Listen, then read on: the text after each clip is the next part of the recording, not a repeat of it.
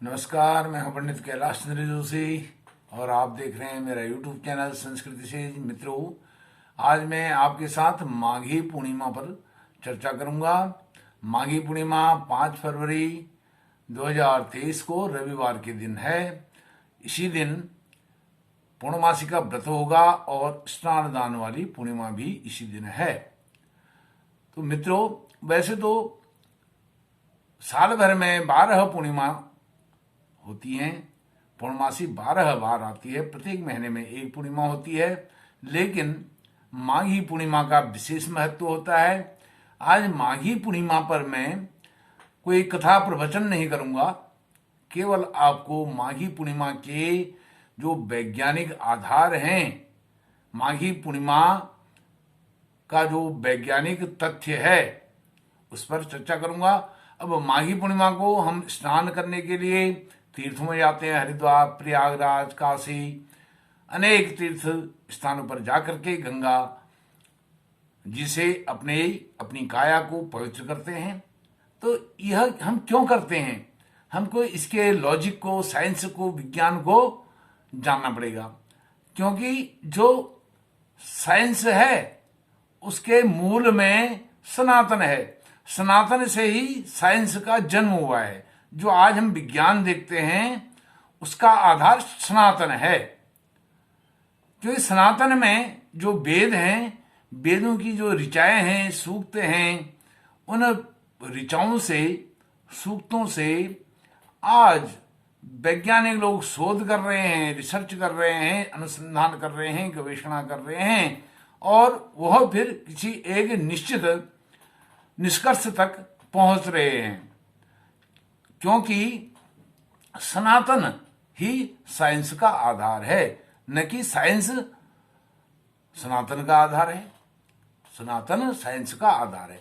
तो जो माघ का महीना है, इसका तारतम्य यह किस किस से जुड़ा हुआ है वो बताऊंगा।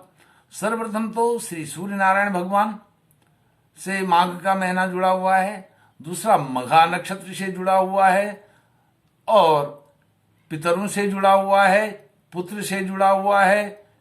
जो नवग्रहों में केतु ग्रह है उससे जुड़ा हुआ है, गंगा जी से जुड़ा हुआ है, और मोक्ष से जुड़ा हुआ है। इन सब तथ्यों से, इन तत्वों से यह जुड़ा हुआ है।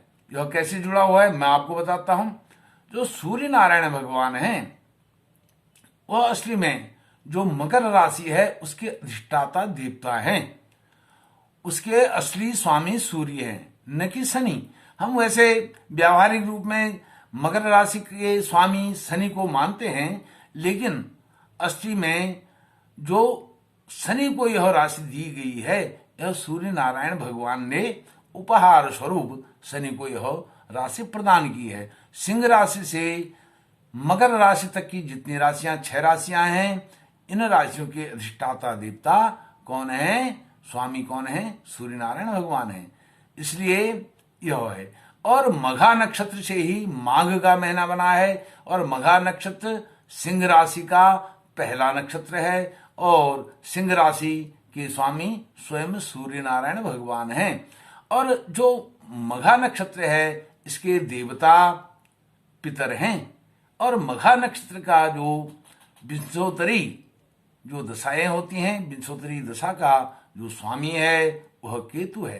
केतु मोक्ष का कारक है, और यह पुत्र से भी जुड़ा हुआ है। जैसे शनि सूर्य नारायण भगवान के पुत्र हैं, यह पुत्र से जुड़ा हुआ है। और मोक्ष हमें कैसे प्राप्त होगा? मोक्ष गंगा जी में स्नान करने से प्राप्त होगा। अब बात आती है, जो माघ का महीना है, माघ के पूर्णमासी को ही इसका इतना महत्व क्यों है, यह सब मैंने आपको बताया। मैं अभी आपको और बहुत कुछ बताता हूं। सर्वप्रथम आप मेरे चैनल को सब्सक्राइब कीजिए, मेरी वीडियो को लाइक कीजिए, और अपने मित्रों के साथ शेयर भी कीजिए। अब जो माघ का महीना है, माघी पूर्णिमा है, यह हमेशा अधिकतर मघा नक्षत्र को स्पर्श करती है। अर्थात चंद्रमा इस दिन, इस पूर्णिमासी को मघा नक्षत्र में होकर के पूर्णिमा होती है। लेकिन इस बार कई समय के बाद, बहुत लंबे समय के बाद ऐसा योग संयोग बना है कि मघा नक्षत्र में चंद्रमा न होकर के पुष्य नक्षत्र में चंद्रमा होंगे, और उस दिन रविवार होने के कारण रवि पुष्यामृत योग भी बन रहा है। और यह बहुत दुर्लभ योग है, बहुत दुर्लभ योग है। बहुत समय के बाद ऐसा योग आया है कि माघी पूर्णिमा के दिन पुष्य नक्षत्र है और रविवार है। रवि पुष्य अमृत योग, जब रविवार हो, पुष्य नक्षत्र हो, तो रवि पुष्यामृत योग बनता है। ऐसा योग यह विशेष महत्वपूर्ण है। अब हम, जैसे मैंने आपको बताया, सूर्य नारायण भगवान मकर राशि में यहाँ पर स्थित होते हैं। यह उनकी वास्तविक रूप से उनकी अपनी राशि है। इसके स्वामी सूर्य नारायण भगवान हैं। उन्होंने उपहार स्वरूप इसको शनि को दान किया है। अब नक्षत्र जो है मघा नक्षत्र है। मघा के स्वामी, जैसे मैंने आपको बताया, केतु है, और केतु मोक्ष का कारक है। और केतु, यदि किसी की जन्म कुंडली में केतु खराब है और जन्म कुंडली में केतु शुभ फलदायक नहीं है, तो गणेश जी को प्रसन्न करना चाहिए। यह इस तरह से हम माघी पूर्णिमा के दिन, यदि हमारा केतु ठीक नहीं है, तो गणेश जी को प्रसन्न करें दुर्वा चढ़ा करके। अब केतु की जो संविदा होती है वह कुशा होती है, और कुशा कितना परम पवित्र होता है। इसमें ब्रह्मा विष्णु महेश इसमें निवास करते हैं, और पितर इसके देवता हैं। किसके? मघा नक्षत्र के पितर देवता हैं। और इसका, इस नक्षत्र, मघा नक्षत्र का जो मंत्र है, ओम पितृभ्यसुदाय विसुदाय नमः, पितामही भ्यसुदाय विसुदाय नमः, प्रपितामही भ्यसुदाय विसुदाय नमः, अक्षन्न पितरोमिदं प्रति त्रिपंत पितरः पितरः सुंदध्वं माह। यदि आपने संक्षेप में इसका जप करना है, पाठ करना है, ओम पितृभ्यो नमः करके आप इसका जप कर सकते हैं, पाठ कर सकते हैं। और अब जो यह इसकी केतु की मूल त्रिकोण राशि है, कौन? मघा। मघा नक्षत्र जो है मूल त्रिकोण में, यह मकर राशि जो है उसकी मूल त्रिकोण राशि में है।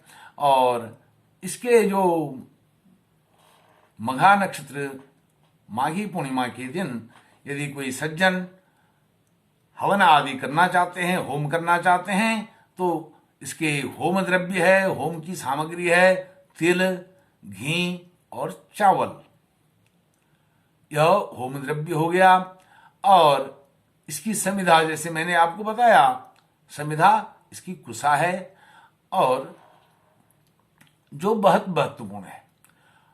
अब इस जो केतु, इसका मघा का स्वामी केतु है, यह रोग, किस रोग का प्रतीक है? यह अस्थि रोग का प्रतीक है, हड्डी रोग का प्रतीक है। इसलिए इस दिन गंगा जल में, गंगा जी में स्नान करने से व्यक्ति कायिक रूप से बहुत सुदृढ़ होता है, मजबूत होता है, और निरोगी काया उसको प्राप्त होती है। यदि हमें गंगा जी में स्नान करने का, यमुना जी में स्नान करने का मौका नहीं मिलता है, प्रयागराज या काशी में स्नान करने का अवसर नहीं मिलता है, तो हमारे घर में पूर्व से रखा हुआ जो गंगा जल है, उसको अपने स्नान वाले जल में बिंदु मात्र भी यदि गंगा जल उसमें मिश्रण कर देते हैं, डाल देते हैं, उससे गंगा जी का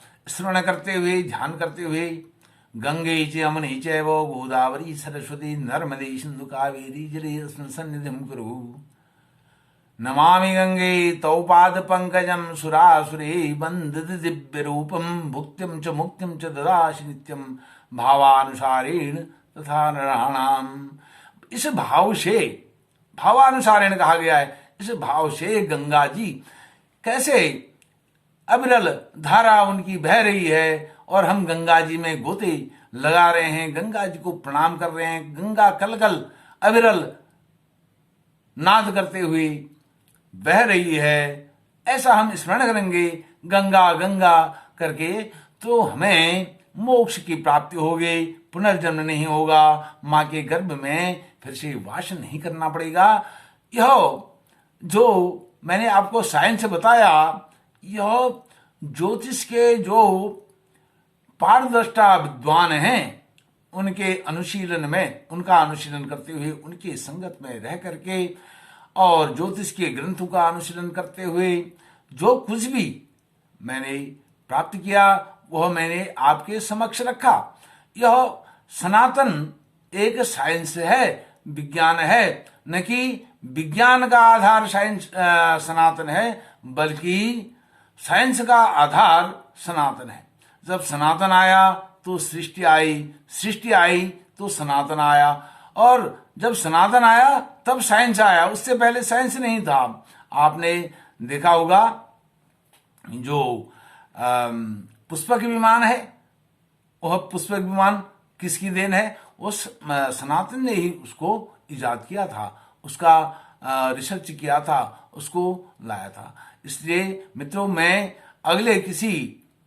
अगली वीडियो में किसी अन्य टॉपिक पर आपसे बात करूंगा। और माघी पूर्णिमा 5 फरवरी को स्नान, दान और व्रत की पूर्णिमा है। इस दिन गंगा जी का अनुशीलन जरूर करें, गंगा जी में स्नान करें। गंगा जी में स्नान नहीं कर सकते हैं, अपने घर में स्नान वाले जल में गंगा जल का बिंदु मात्र भी डाल करके गंगे हर नर्मदे हर जटा शंकरी हर नमः पार्वती पदे हर हर महादेव करके स्नान कीजिए। आपको माघी पूर्णिमा की बहुत बहुत बधाई, धन्यवाद, नमस्कार।